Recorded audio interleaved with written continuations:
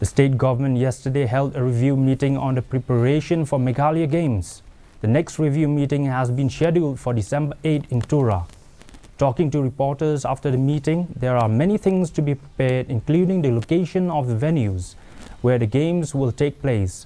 Then after that, the accommodation and other factors like security, water, electricity, food, materials and other basic needs.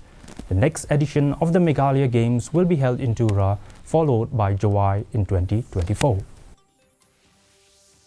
It wasn't a decision. Basically, today was a review for the upcoming Meghalaya Games, which will be held in Tura, Garo Hills, and hence there are many things to be prepared, including the location of the venues where the games will take place. Then after that, the accommodation, then other factors like security, water, electricity, food, materials, and so on and so forth.